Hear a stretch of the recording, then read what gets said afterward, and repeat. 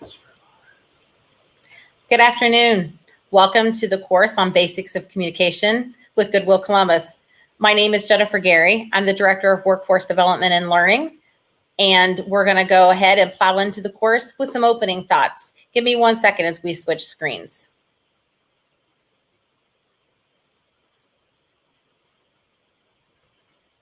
Basics of communication. There's a couple things that I think we can fall into different categories with. And sometimes it's just as simple as, are we great communicators? Are we good communicators?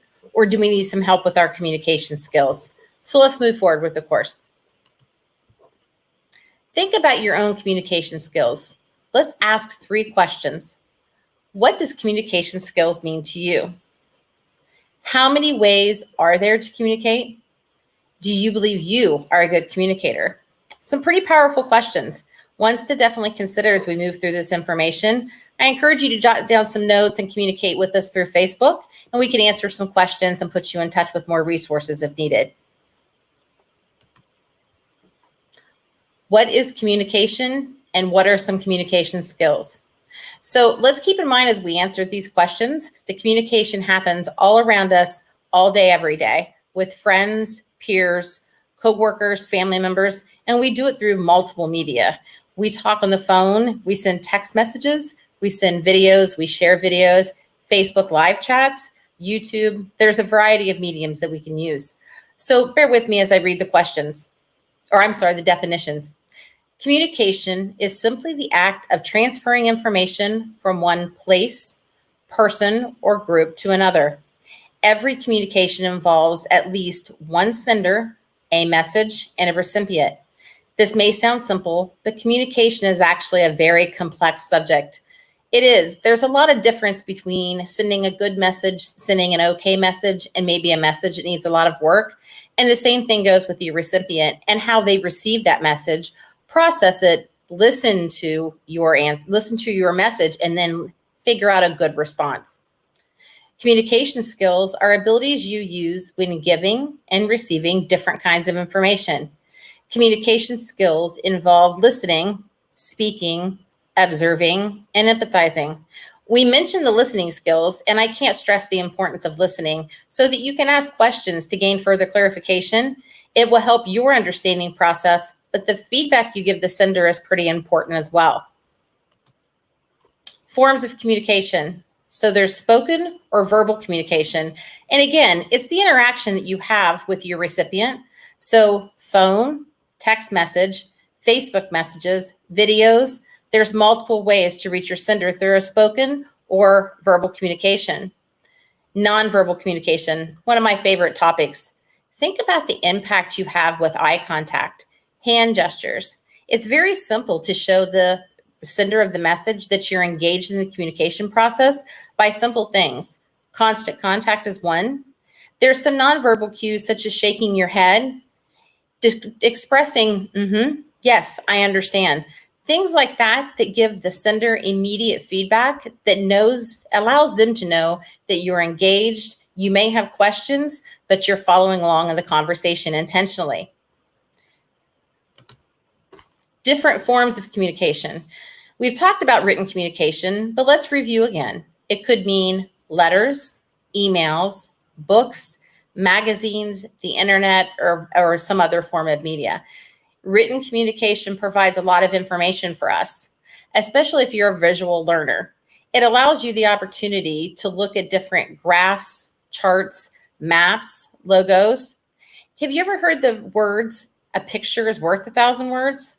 That phrase is very accurate. If you're a visual learner, the written communication and the visualization of what accompanies that information helps you to really understand what the message is to you and allows you time to, again, synthesize, process, and respond with questions for clarification. We have some big question marks. There is one communication skill that is often overlooked, but yet critical. Do you know what that is? We've mentioned it several times. Listening. So important to be a skilled listener, an active listener, one engaged in the communication process. Listening allows you to avoid biases and drawing false conclusions, build rapport, make connections, build trust, and most importantly, learn. The relationship part of any communication cycle is critical to the understanding on both ends. The relationship allows the sender to decide how to deliver a message. Some messages are fine in a text message, a quick casual note of hello.